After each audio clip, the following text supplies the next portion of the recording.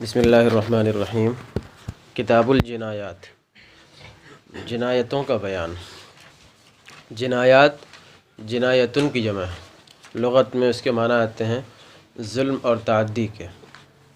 جنایتن کے معنی لغت کے اندر ظلم، زیادتی اور تعدی کے آتے ہیں۔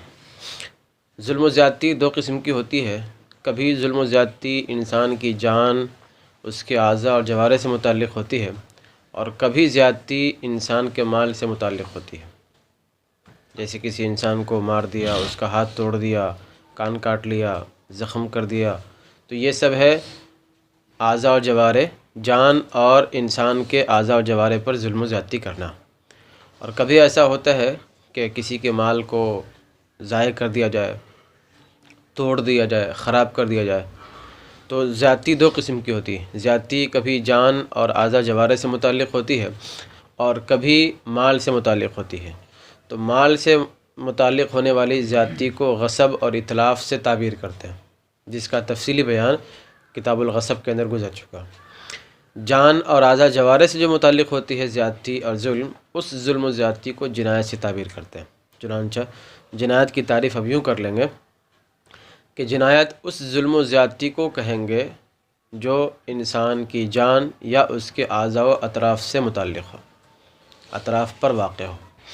چنانچہ عربی کے اندر اس کی تعریف یوں لکھی ہے، الجنایت عبارۃ عن التعدی الواقع فی النفوس والاطراف، کہ جنایت اس ظلم و زیادتی کو کہیں گے جو انسان کی جان یا اس کے اعضاء اور اطراف پر واقع ہو۔ آگے جنایتوں کی تفصیل اور اس کی سزا جو ہے اس کی تفصیل بیان کرتے ہیں۔ کہتے ہیں القتل علی خمسۃ اوجہ، قتل کی 5 قسمیں ہیں۔ قتل کی یوں تو بے شمار قسمیں ہیں، بہت سارے قسمیں ہیں۔ جس قتل کے احکام آگے بیان کیے جائیں گے اس کتاب کے اندر، اس کی 5 قسمیں ہیں۔ عمد و شبہ عمد و خطأ وما اجری مجرى الخطأ والقتل بسبب۔ قتل کی 5 قسمیں ہیں، قتل عمد، شبہ عمد، قتل خطا، اور وہ جو خطا کے قائم مقام ہو، اور قتل بالسبب۔ ہر ایک کی آگے تعریف ہے اور پھر اس کی سزا تفصیل سے بیان کرتے ہیں۔ فالعمد ما تعمد ضربه بسلاح او ما اجری مجرى السلاح في تفریق الاجزاء كالمحدد من الخشب والحجر والنار۔ قتل عمد ما وہ آدمی ہے جس کے مارنے کا ارادہ کیا گیا ہو، جس کو جان بوجھ کر مارا گیا ہو ہتھیار سے یا اس چیز سے جو ہتھیار کے قائم مقام ہو اجزاء کے جدا کرنے میں۔ جیسے المحدد کے معنی ہے دھاردار، جس کے اندر دھار ہو۔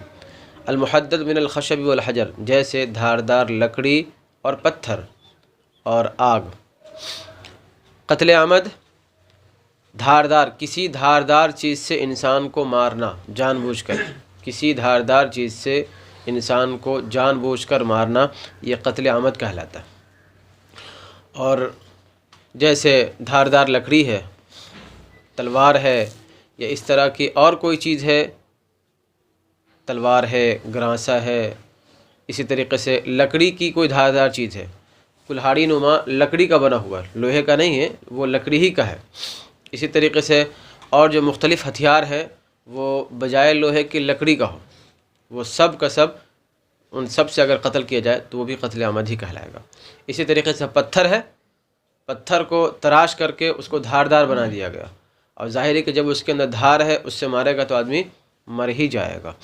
اسی طریقے سے آگ ہے، جلا دیا ہے، یہ سب بھی قتل عمد میں شمار ہوگا۔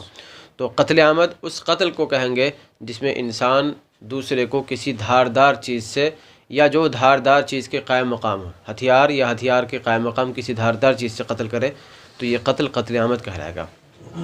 قتل عمد کی سزا کے بارے میں آگے بیان کرتے ہیں۔ وَمُوجِبُ ذَلِكَ الْمَأْثَمُ وَالْقَوَدُ، اور اس کی سزا، قتل عمد کی سزا المأثم گناہ ہے، والقود اور قصاص ہے۔ گناہ کے بارے میں قرآن نے کہا وَمَنْ قَتَلَ مُؤْمِنًا مُتَعَمِّدًا فَجَزَاؤُهُ جَهَنَّمُ خَالِدًا فِيهَا، کہ اگر کوئی کسی مسلمان کو جان بوجھ کر کے قتل کرتا ہے تو اس کی سزا ہمیشہ ہمیش کی جہنم ہے، وہ ہمیشہ ہمیش کے لیے جہنم میں رہے گا۔ اگر کافر ہے تب تو ظاہر ہے کہ وہ ہمیشہ ہمیش جہنم میں رہے گا، اور اگر کسی مسلمان نے کسی مسلمان کو جان بوجھ کر قتل کیا ہے تو اس کی سزا قرآن تو کہتا ہے ہمیشہ ہمیں جہنم، لیکن دوسری طرف ہے من قال لا الہ الا اللہ دخل الجنہ، وہ جنت میں داخل ہوگا۔ اس لیے مفسرین یہاں پر یہ تعویل کرتے ہیں کہ مومن کے حق میں خلود فی النار یہ زمانے طویل سے کنایا ہے، ہمیشہ ہمیشہ رہے گا، یعنی ایک لمبے عرصے تک رہے گا وہ جہنم میں۔ تو قتل عمد کی سزا ایک تو یہ ہے کہ قتل کرنے کا اس پر گناہ ہوگا، دوسرا والقود اور قصاص، قرآن نے فرمایا کتب علیکم القصاص فی القتلہ، مقتولوں کے سلسلے میں تم پر قصاص کو فرض کیا گیا ہے۔ اس آیت کے اندر گرچہ صراحت کے ساتھ یہ نہیں ہے کہ یہ قصاص قتل عمد میں ہی لیا جائے گا، لیکن قتل سے متعلق اور قتل کی سزا سے متعلق جتنی آیات ہیں سب کو جمع کرنے کے بعد یہی اندازہ ہوتا ہے کہ یہ آیت قتل عمد کے سلسلے میں، اس لیے کہ قتل خطا جو قتل عمد سے نیچے کا درجہ ہے، اس قتل کی سزا جب قرآن نے بیان کی تو قرآن نے کہا ومن قتل مؤمنا خطأ فتحریر رقبۃ، ایک مومن فتحریر رقبۃ مؤمنہ، ایک مومن غلام کو آزاد کرنا ہے، ودیۃ اور ایک دیت ہے۔ یہاں پر قرآن نے قصاص کا تذکرہ نہیں کیا، اگر قصاص اس میں بھی ہوتا تو اس کا تذکرہ کرتا، لیکن قصاص کا تذکرہ نہیں کیا ہے۔ تو یہ آیت ہے اور قتل سے متعلق اور جتنی آیات احادیث ہیں سب کو ملانے کے بعد اندازہ یہی ہوتا ہے کہ یہ قتل عمد سے متعلق ہے۔ لہٰذا اگر کوئی جان بوجھ کر کے ہتھیار سے یا ہتھیار کے قائم مقام کسی چیز سے قتل کرے گا تو اس قاتل پر نمبر 1 گناہ ہوگا، نمبر 2 اس سے قصاص لیا جائے گا اور قصاصاً اسے قتل کیا جائے گا، لیکن خود قتل فوراً نہیں کرے گا، قاضی کے ہاں جا کر کے مقدمہ کرے گا اور قاضی سارے ثبوتوں کے ساتھ جب اس پر قتل کی سزا کا فرمان جاری کر دے گا تو اب قاضی کے واسطے سے اس کو قتل کیا جائے گا، ورنہ اگر خود اس کو قتل کرنے لگیں گے تو یہ قانون کو ہاتھ میں لینا ہوگا، اس سے معاشرہ بگڑ جائے گا۔ الا ان یعفو الاولیاء، مگر یہ کہ اولیاء معاف کر دیں۔ قصاص یہ خالص ورثہ اور اولیاء کا حق ہے، قصاص اولیاء اور ورثہ کا حق ہے، اس لیے وہ اگر معاف کرنا چاہے تو معاف کر سکتے ہیں۔ ولا کفارۃ فیہ، اور اس میں کفارہ نہیں ہے۔ اگر کسی نے جان بوجھ کر کے قتل کیا ہے تو جان بوجھ کر کے قتل کرنے میں 2 سزا ہے، ایک گناہ دوسرا قصاص، ان دونوں کے علاوہ اس میں کفارہ واجب نہیں ہے۔ کفارہ قتل خطا میں واجب ہے، چنانچہ قرآن نے کہا ومن قتل مؤمنا خطأ فتحریر رقبۃ مؤمنہ، اگر کوئی غلطی سے کسی مسلمان کو قتل کر دیتا ہے تو اس کی سزا میں کفارہ کا تذکرہ قرآن نے کیا ہے، قتل عمد میں اس کا تذکرہ نہیں کیا۔ چنانچہ اس کے آگے جو قرآن نے کہا ومن قتل مؤمنا متعمدا فجزاؤہ جہنم خالدا فیہا وغضب اللہ علیہ ولعنہ واعد له عذابا عظیما، وہاں پر قرآن نے کفارے کا تذکرہ نہیں کیا، اس لیے قتل عمد میں کفارہ نہیں ہوگا۔ وشبہ العمد عند ابی حنیفہ رحمہ اللہ ان یتعمد الضرب بما لیس بسلاح ولا ما اجری مجراہ، وقال رحمهم اللہ اذا ضربه بحجر عظیم او بخشبة عظیمة فهو عمد، وشبہ العمد ان یتعمد ضربه بما لا يقتل به غالبا۔ اور شبہ عمد حضرت امام ابو حنیفہ رحمۃ اللہ علیہ کے نزدیک یہ ہے کہ جان بوجھ کر کے مارے، ان یتعمد الضرب، ضرب کا ارادہ کرے، جان بوجھ کر مارے ایسی چیز سے جو ہتھیار نہ ہو اور نہ ہتھیار کے قائم مقام ہو۔ اور صاحبین نے فرمایا کہ جب اس کو بڑے پتھر سے یا بڑی لکڑی سے مارا تو یہ عمد ہے، اور شبہ عمد یہ ہے کہ اس کو ایسی چیز سے جان بوجھ کر مارے جس سے عام طور پر قتل نہیں ہوتا ہے، قتل نہیں کیا جاتا ہے۔ شبہ عمد کی تعریف کے سلسلے میں حضرت امام ابو حنیفہ رحمۃ اللہ علیہ اور حضرات صاحبین ان دونوں کے درمیان شبہ عمد کی تعریف میں اختلاف ہے۔ حضرت امام ابو حنیفہ رحمۃ اللہ علیہ کہتے ہیں کہ جو ہتھیار نہ ہو اور نہ ہتھیار کے قائم مقام ہو، جو ہتھیار نہ ہو اور نہ ہتھیار کے قائم مقام ہو، یعنی اس سے جسم الگ الگ ہو جاتے ہوں، اجزاء الگ الگ ہو جاتے ہوں، چاہے اس سے عام طور پر وہ مارا جاتا ہو، قتل ہو جاتا ہو یا نہ ہوتا ہو، اگر وہ ہتھیار نہیں ہے یا ہتھیار کے قائم مقام نہیں ہے تو پھر ایسی صورت میں اگر ہتھیار نہیں ہے اور نہ ہتھیار کے قائم مقام ہے، ایسی چیز سے مارا ہے تو پھر وہ قتل شبہ عمد ہوگا، قتل عمد نہیں ہوگا۔ صاحبان کہتے ہیں کہ نہیں، ایسی چیز سے مارا ہے جس سے عام طور پر آدمی قتل نہیں ہوتا، جیسے چھڑی ہے، ایک آدھ دو گھونسا ہے، اگر چھری سے 2-4 چھری کسی کو مار دیا یا ایک آدھ 2 گھونسا مار دیا تو اس سے عام طور پر آدمی قتل ہوتا نہیں. چھوٹی لاٹھی ہے تو ان سب چیزوں سے اگر مارتا ہے تو آدمی عام طور پر مرتا نہیں ہے. لیکن بڑا پتھر ہے، ظاہر کہ دھاردار نہیں ہے، نہ ہتھیار ہے، بڑا پتھر اوپر سے کوئی گرا دیا تو ظاہر کہ مر جائے گا. بڑی سی لکڑی ہے، وہ کسی کے بدن پر گرا دے تو جان بوجھ کر کے، تو امام صاحبان کہتے ہیں کہ یہ قتل عمد میں ہی ہوگا. شبہ عمد کا مطلب ہے کہ ایسی چیز سے مارے جس سے عام طور پر آدمی مرتا نہیں ہے. جیسے حضرت موسیٰ علیہ السلام نے بس ایک گھونسا لگایا، اس کا کام تمام ہو گیا. تو ایسی چھوٹی لاٹھی ہے، چھڑی ہے، یا اس طرح کی اور کوئی چیز جس سے عام طور پر آدمی قتل ہوتا نہیں ہے، تو ایسی چیز سے اگر مارا ہے تو یہ شبہ عمد ہے. تو حضرت امام ابو حنیفہ رحمۃ اللہ علیہ اور حضرت صاحبین کے نزدیک تعریف میں یہ تھوڑا سا فرق ہے، اور جو صاحبین کی رائے ہے وہی رائے حضرت امام شافعی رحمۃ اللہ علیہ کی بھی ہے. دیکھیے، اور شبہ عمد امام ابو حنیفہ رحمۃ اللہ علیہ کے نزدیک یہ ہے کہ جان بوجھ کر مارے ایسی چیز سے جو ہتھیار نہ ہو اور نہ ہتھیار کے قائم مقام ہو. اور صاحبین نے فرمایا کہ جب اسے بڑے پتھر یا بڑی لکڑی سے مارے تو یہ عمد ہے، چونکہ اس سے عام طور پر آدمی قتل ہو جاتا ہے. تو گویا صاحبین کے نزدیک عمد کا مطلب ایسی چیز سے قتل کرنا، ایسی چیز سے مارنا جس سے عام طور پر آدمی مر جاتا ہے، اور ایسی چیز سے مارا جس سے عام طور پر آدمی مرتا نہیں ہے تو پھر وہ قتل عمد نہیں ہوگا بلکہ شبہ عمد ہوگا، عمد کے مشابہ ہوگا. تو وہ عمد ہے. اور شبہ عمد یہ ہے کہ اس کو ایسی چیز سے جان بوجھ کر مارے جس سے عام طور پر قتل نہیں کیا جاتا ہے.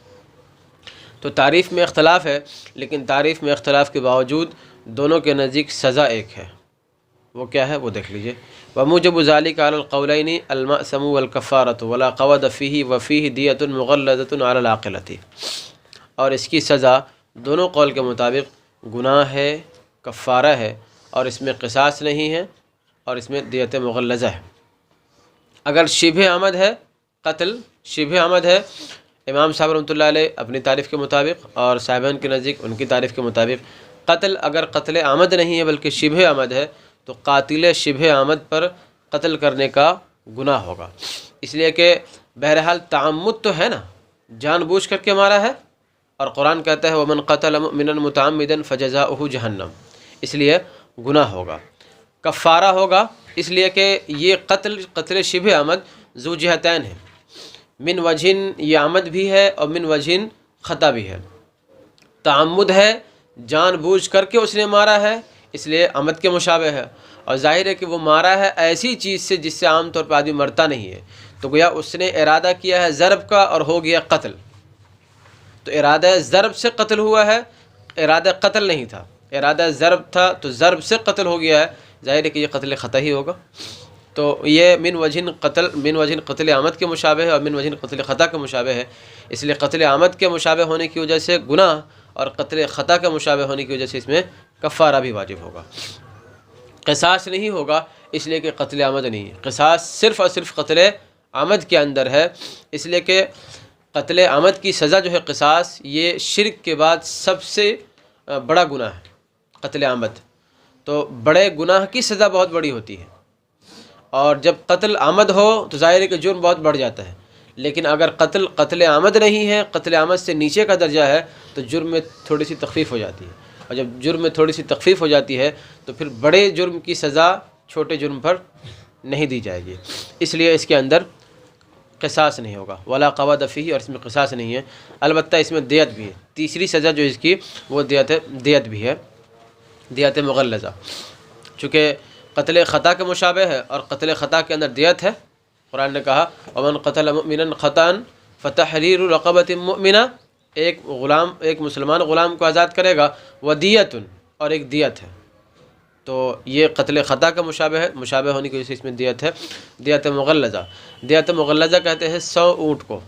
چنانچہ اگر کوئی آدمی کسی کو شبہ عمد کے طور پر قتل کر دے یا خطاً قتل کر دے تو اس صورت میں دیت مغلظہ واجب ہوگا. اور دیت مغلظہ کا مطلب ہے 100 اونٹ. چنانچہ 25 اونٹ 1 سال کا دے گا، 25 اونٹ 2 سال کا، 25 اونٹ 3 سال کا، 25 اونٹ 4 سال کا، تاکہ اونٹ کی جو مختلف قسمیں ہیں وہ سب اس کے اندر آ جائے. تو اگر اونٹ دے گا تو یہ دیت مغلظہ ہوگی، اور اگر اونٹ سے دیت ادا نہیں کرے گا بلکہ اگر درہم دیتا ہے تو 10,000 درہم، دینار دیتا ہے تو 1,000 درہم، یا اور کسی چیز پر اگر صلح کر لیتا ہے تو یہ دیت پھر دیت مغلظہ نہیں کہلائے گی۔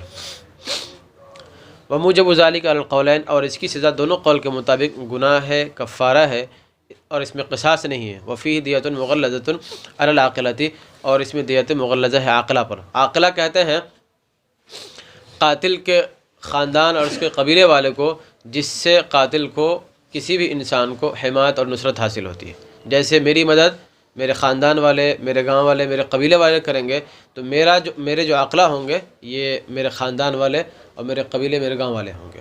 تو عاقلہ، اس کی تفصیل آگے کتاب المعاقل میں آ رہی ہے۔ تو عاقلہ قاتل کا خاندان، اس کا قبیلہ جس سے اس کو نصرت اور حمایت حاصل ہوتی ہے، تو عاقلہ پر دیت واجب ہوگی۔ والخطأ علی وجہین، اور قتل خطا کی دو قسمیں ہیں۔ قتل خطا دو صورتوں پر ہے، اس کی دو قسمیں ہیں۔ خطأ فی القصد، ارادے میں خطا، وہو ان یرمی شخصا یظنہ صیدا فاذا هو آدمی، اور وہ یہ ہے کہ کسی آدمی کو تیر مارے شکار گمان کر کے۔ ان یرمی شخصا یظنہ صیدا، کسی آدمی پر تیر چلائے شکار گمان کر، فاذا هو آدمی، پھر وہ آدمی ہو۔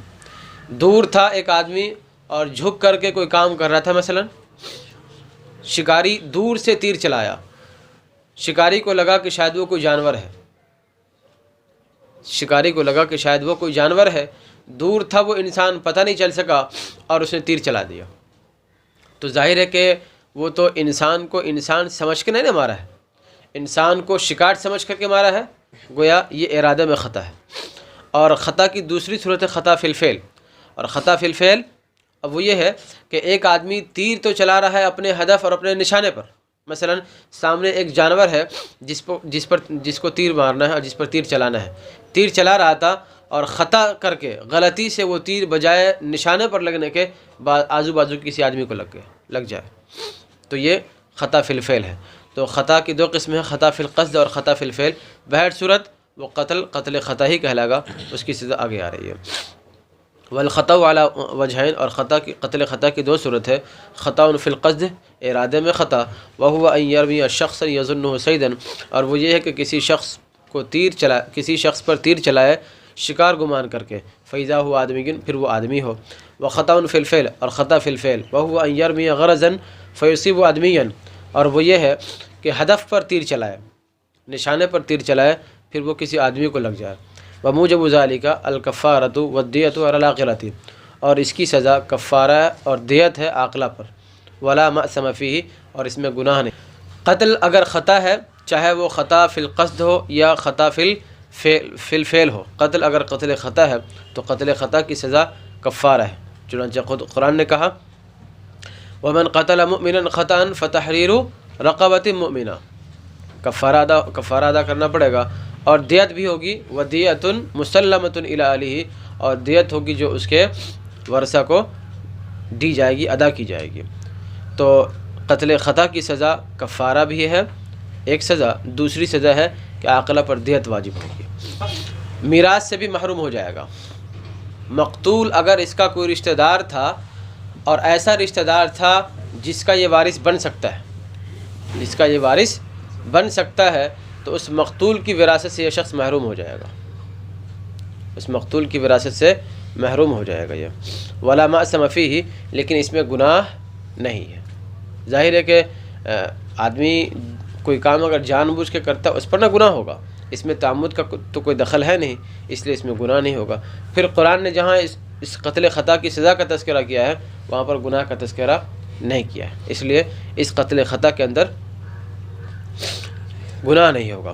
وما اجری مجرى الخطأ مثل النائم ينقلب على رجل فيقتله فحكمه حكم الخطأ، وہ قتل جو خطا کے قائم مقام ہے، جیسے سونے والا، النائم سونے والا، ينقلب على رجل کسی شخص پر پلٹ جاتا ہے، کروٹ لیتا ہے، فيقتله اور پھر اسے قتل کر دیتا ہے، فحكمه حكم الخطأ، تو اس کا حکم قتل خطا کا حکم ہے۔ ایک موٹا سا آدمی ہے، بہت موٹا ہے، سویا ہوا تھا، اس کے بازو میں کوئی پتلا آدمی سویا ہوا تھا، وہ موٹا آدمی جب کروٹ لیا تو اس کے بدن پر چڑھ گیا، سویا اور سونے کی صورت میں کروٹ لیا، وہ نیچے دب کے مر گیا، تو یہ قتل خطا کے قائم مقام ہوگا۔ قائم مقام خطا ہے، خطا بھی نہیں ہے، قائم مقام خطا ہے۔ ظاہر ہے کہ اس میں اس کے ارادے کا کیا دخل ہے؟ سویا ہوا ہے نا، اور سویا ہوا ہے تو سونے کی حالت میں تو انسان بے خود ہوتا ہے، اس لیے قتل خطا کے قائم مقام ہوگا، اور اس کا وہی حکم ہوگا جو قتل خطا کا حکم ہوگا۔ اور قتل خطا کا حکم ہے کہ اس میں کفارہ ہے، دیت ہے، گناہ نہیں ہے، لہذا اس میں بھی کفارہ ہوگا اور دیت ہوگی، گناہ نہیں ہوگا۔ اسی طریقے سے قتل خطا کے اندر قصاص نہیں ہوتا ہے، یہاں پر بھی قصاص واجب نہیں ہوگا۔ تو جو قتل خطا کا حکم ہے، قائم مقام خطا کا بھی حکم وہی ہوگا۔ وَأَمَّا الْقَتْلُ بِسَبَبٍ كَحَافِرِ الْبِئْرِ وَوَاضِعِ الْحَجَرِ فِي غَيْرِ مِلْكِهِ وَمُوجَبُهُ إِذَا تَلِفَ فِيهِ آدَمِيٌّ الدِّيَةُ عَلَى الْآخِرَةِ وَلَا كَفَّارَةَ عَلَيْهِ۔ اور قتل بالسبب، جیسے کنواں کھودنے والا اور پتھر رکھنے والا دوسرے کی ملکیت میں، فی غیر ملکہ، دوسرے کی ملکیت میں، وَمُوجَبُهُ ذَلِكَ، اور اس کی سزا، اذا تلف فیہ آدمی، جب اس میں کوئی آدمی ہلاک ہو جائے، ضائع ہو جائے، تو دیت ہے عاقلہ پر، ولا کفارۃ علیہ، اس پر کفارہ نہیں ہے۔ قتل کی پانچویں قسم ہے قتل بالسبب۔ قتل بالسبب، جیسے کوئی شخص دوسرے کی ملکیت میں بغیر اس کی اجازت کے کنواں کھود دیتا ہے، کنواں کھود دیا یا بڑا سا پتھر رکھ دیا، پھر کوئی آدمی اس کنویں میں گر کر مر جائے یا اس پتھر سے ٹکرا کر مر جائے، تو ان صورتوں میں کہتے ہیں کہ اس کنواں کھودنے والے پر اور پتھر رکھنے والے پر دیت بھی ہوگی، دیت اس کو ادا کرنی ہوگی، اور کفارہ اس کے اندر نہیں ہوگا، اس لیے کہ کفارہ قتل خطا کے اندر ہے، اور یہ تو قتل خطا سے بھی بہت کمتر ہے نا، قتل خطا سے بھی بہت زیادہ کمتر ہے۔ اس میں کسی نہ کسی حد تک تو خود اس انسان کا دخل ہے کہ تم دیکھ کر کیوں نہیں چلے کہ کنویں میں گر گئے یا پتھر سے ٹکرا گئے، لیکن ظاہر ہے کہ اس کا قصور ہے کہ دوسرے کی ملکیت میں اس نے اس کی اجازت کے بغیر کنواں کھود دیا ہے، بڑا سا پتھر رکھ دیا ہے، تو چونکہ اس کے قتل کا کسی نہ کسی حد تک یہ سبب بنتا ہے، اس لیے اس پر دیت ہوگی، دیت ادا کرنی ہوگی، لیکن کفارہ نہیں ہوگا، اس لیے کہ اس نے جان بوجھ کر قتل نہیں کیا اور حقیقت میں قاتل ہے بھی نہیں، اس لیے اس پر کفارہ نہیں ہوگا۔ تو قتل کی یہ مختلف قسمیں تھی، 5 قسمیں تھی: قتل عمد، قتل شبہ عمد، قتل خطا، قتل قائم مقام خطا، اور قتل بالسبب۔ قتل عمد، جان بوجھ کر ہتھیار یا کسی ہتھیار کے قائم مقام چیز سے قتل کرے۔ قتل شبہ عمد، امام صاحب رحمۃ اللہ علیہ کے نزدیک ہتھیار یا قائم مقام ہتھیار کے علاوہ کسی چیز سے قتل کرے، اور صاحبین کے نزدیک ایسی چیز سے قتل کرے جس سے عام طور پہ آدمی قتل نہیں ہوتا ہے۔ قتل خطا، خطا ارادے میں خطا ہو یا فعل میں خطا ہو، مثلا کوئی تیر چلایا نشانے پر اور لگ گیا آدمی کو، یا کسی دور دراز آدمی کو شکار سمجھ کے قتل کیا، تو یہ قتل خطا ہو جائے گا۔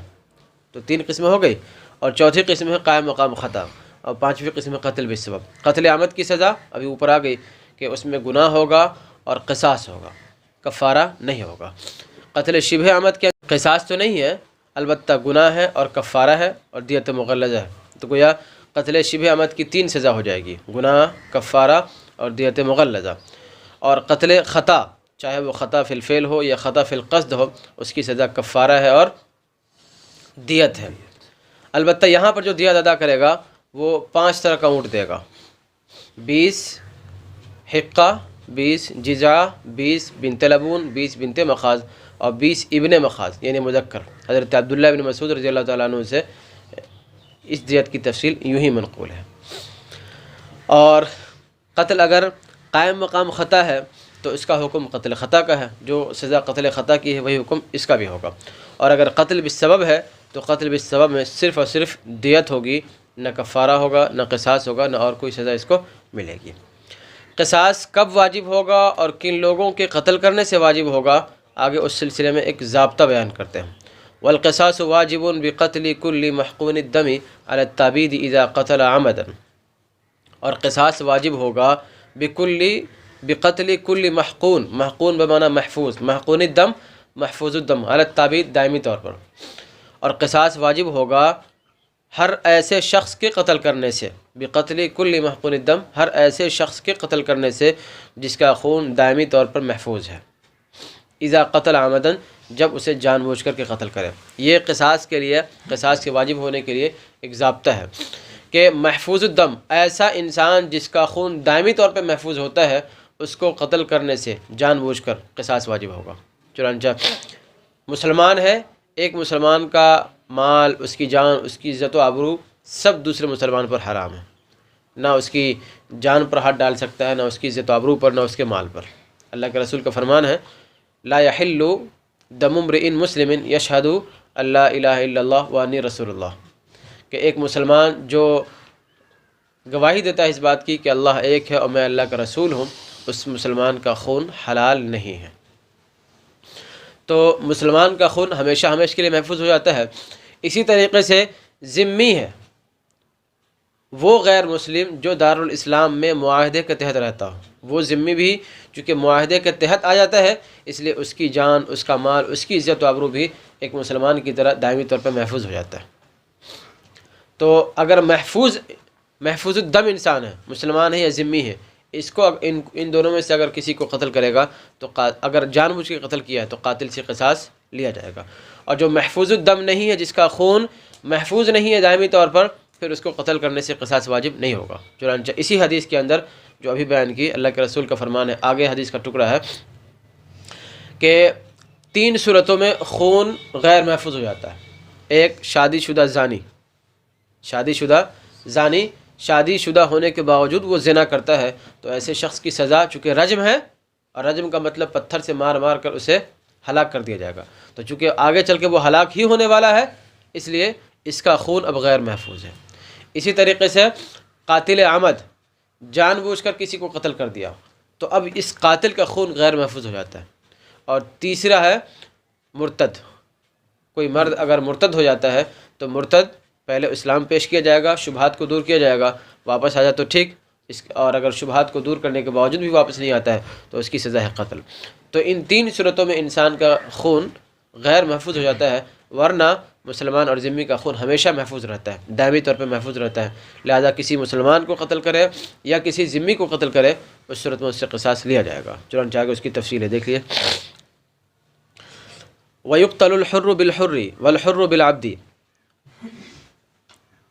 البتہ خون کے محفوظ ہونے کے اعتبار سے دونوں میں مساوات ہونا چاہیے، دائمی طور پر خون کے محفوظ ہونے کے اعتبار سے دونوں میں مساوات ہونا چاہیے۔ ایک کا خون دائمی طور پہ محفوظ ہے اور ایک کا خون دائمی طور پہ محفوظ نہیں ہے۔ مقتول کا خون دائمی طور پہ محفوظ نہیں ہے تو اس قاتل سے قصاص نہیں لیا جائے گا، یہ مساوات ضروری ہے۔ اور آزاد کو اور قتل کیا جائے گا، آزاد کو آزاد کے بدلے اور آزاد کو غلام کے بدلے۔ جب آزاد کو غلام کے بدلے قتل کیا جائے گا تو غلام کو آزاد کے بدلے تو بدرجہ اولا قتل کیا جائے گا۔ حضرت امام شافعی رحمۃ اللہ علیہ کا اختلاف ہے، وہ کہتے ہیں کہ آزاد کو غلام کے بدلے قتل نہیں کیا جائے گا، چنانچہ قرآن کے اندر ہے الحر بالحر والعبد بالعبد والانثى بالانثى۔ اس آیت کی وجہ سے حضرت امام شافعی رحمۃ اللہ علیہ کہتے ہیں کہ یہاں پر آزاد کا تقابل آزاد سے ہے، غلام کا تقابل غلام سے ہے، اس لیے آزاد اگر مقتول ہے، آزاد نے آزاد کو قتل کیا تھا تو قتل کیا جائے گا، لیکن اگر کسی آزاد انسان نے کسی غلام کو قتل کیا ہے تو پھر اس صورت میں قصاص نہیں لیا جائے گا۔ لیکن امام صاحب کہتے ہیں کہ دوسری جگہ قرآن نے بیان کیا، وہ کتبنا علیہم فیہا ان النفس بالنفس، جان کے بدلے جان، اور ظاہر ہے کہ نفس میں اور جان میں آزاد اور غلام دونوں برابر ہیں، آزاد اور غلام دونوں برابر ہے۔ اور پھر یہ آیت بعد میں نازل ہوئی ہے، وہ آیت پہلے ہے، لہٰذا یہ آیت ان النفس بالنفس والی آیت اس آیت کے لیے ناسخ ہے، لہٰذا وہ آیت منسوخ، جب منسوخ تو اب ضابطہ بچا ان النفس بالنفس، نفس جان، جان کے بدلے، اور بحیثیت جان بحیثیت نفس آزاد اور غلام برابر، لہٰذا آزاد کو غلام کے بدلے اور غلام کو آزاد کے بدلے قتل کیا جائے گا۔ والمسلم بالذمی، اور مسلمان کو ذمی کے بدلے بھی قتل کیا جائے گا، اس لیے کہ جب ذمی دارالاسلام میں آ کر معاہدے کے تحت رہنے لگا تو ایک مسلمان کی طرح اس کی جان، اس کا مال، اس کی عزت و آبرو سب محفوظ، لہٰذا اگر ذمی کو کوئی مسلمان قتل کرتا ہے تو پھر مسلمان کو قتل کیا جائے گا۔ چنانچہ اللہ کے رسول صلی اللہ علیہ وسلم نے ایک مسلمان کو جس نے ذمی کو قتل کر دیا تھا، قصاصاً قتل کروایا تھا آپ نے، اس لیے ذمی کو مسلمان کو ذمی کے بدلے قتل کیا جائے گا۔ تو جب مسلمان کو ذمی کے بدلے قتل کیا جائے گا تو ذمی کو مسلمان کے بدلے بدرجہ اولا قتل کیا جائے گا۔ تو قاتل و مقتول کا خون محفوظ ہونا ضروری ہے، جب جا کر کے قصاص ہوگا، ورنہ قصاص نہیں ہوگا۔ چنانچہ ولا یقتل المسلم بالمستامن، مسلمان کو قتل نہیں کیا جائے گا مستامن کے عوض۔ مستامن کہتے ہیں اس شخص کو جو ایک محدود وقت کے لیے امن ویزا لے کر دارالاسلام میں آئے، جیسے آج کل ویزا لے کر دوسرے ملک جاتے ہیں، تو ایسی ہی کوئی کافر حربی، دارالحرب کا کافر کچھ وقت کے لیے امن ویزا لے کر کے دارالاسلام میں آتا ہے، اور پھر اس دوران قتل کی نوبت آ گئی، تو اس مقتول حربی کے عوض میں اس کے قصاص میں مسلمان کو قتل نہیں کیا جائے گا۔ البتہ دونوں ملک کا اپنا اگر معاہدہ تھا تو پھر ایسی صورت میں اس کی دیت واجب ہوگی، اس کی تعزیر ہوگی، لیکن قصاصاً اس کو قتل، اس لیے کہ کافر حربی کا خون محفوظ نہیں ہے۔ دارالاسلام میں آنے کے بعد اس کا خون اتنے ہی دیر تک محفوظ ہے جتنے دیر تک اس کو دارالاسلام کی طرف سے امن ملا ہے، اور جیسے اس کا امن ختم، اس کا خون پھر اب غیر محفوظ ہو جائے گا۔ اور قصاص کے واجب ہونے کے لیے محفوظ الدم علی التعویض ہونا ضروری ہے، اس کا خون دائمی طور پہ محفوظ ہے نہیں، اس لیے قتل نہیں کیا جائے گا۔ وَيُقْتَلُ الرَّجُلُ بِالْمَرْأَةِ وَالْكَبِيرُ بِالصَّغِيرِ وَالصَّحِيحُ بِالْأَعْمَى وَالزَّمِنِ، اور مرد کو قتل کیا جائے گا عورت کے عوض، بڑے کو چھوٹے کے عوض، تندرست کو نابینا اور اپاہج کے عوض، اس لیے کہ قرآن نے کہا ان نفس بالنفس، اور نفس میں عورت مرد چھوٹا بڑا اپاہج اور تندرست سب برابر ہیں، سب برابر ہیں، لہٰذا ایک دوسرے کو قتل، اگر کوئی قتل کر دیتا ہے تو دوسرے کو قتل کیا جائے گا۔ تندرست اگر اپاہج کو قتل کرتا ہے تو تندرست کو قتل کیا جائے گا، اپاہج ہے، نابینا ہے، وہ اگر کسی تندرست کو قتل کرتا ہے تو پھر اس کو بھی قصاصاً قتل کیا جائے گا۔ البتہ چند صورت ایسی ہیں جہاں پر قصاص ساقط ہو جاتا ہے۔ کہاں پر؟ آگے دیکھیے اس کو، ولا يقتل الرجل بابنه ولا بعبده ولا بمدبره ولا بمكاتبه ولا بعبد ولده، اور کسی آدمی کو قتل نہیں کیا جائے گا اس کے بیٹے کے عوض، نہ اس کے غلام کے عوض، نہ اس کے مدبر کے عوض، نہ اس کے مکاتب کے عوض، اور نہ اس کے بیٹے کے غلام کے عوض۔ باپ نے اگر بیٹے کو قتل کر دیا، باپ نے اگر بیٹے کو قتل کیا تو باپ سے قصاص نہیں لیا جائے گا، لیکن اگر اس کے برعکس ہے، بیٹے نے باپ کو قتل کر دیا تو پھر قصاص لیا جائے گا۔ چنانچہ ایک صحابی ہے، وہ کہتے ہیں کہ میں اللہ کے رسول کے پاس گیا اس حال میں کہ آپ بیٹوں سے باپ کا تو قصاص لیتے تھے، لیکن باپ سے بیٹوں کا قصاص، بیٹے سے باپ کا قصاص لیتے تھے، بیٹے نے اگر باپ کو قتل کر دیا تو بیٹے کو قصاصاً قتل کیا جائے گا، لیکن اگر باپ نے بیٹے کو قتل کر دیا تو پھر اس صورت میں آپ قصاص نہیں لیتے تھے، باپ کے احترام میں اور باپ کی حرمت میں۔ چنانچہ آپ نے فرمایا لا یقاد الوالد بولدہ، باپ سے اس کے بیٹے کے عوض قصاص نہیں لیا جائے گا، اس لیے باپ اگر بیٹے کو قتل کرتا ہے تو پھر قصاص نہیں ہوگا۔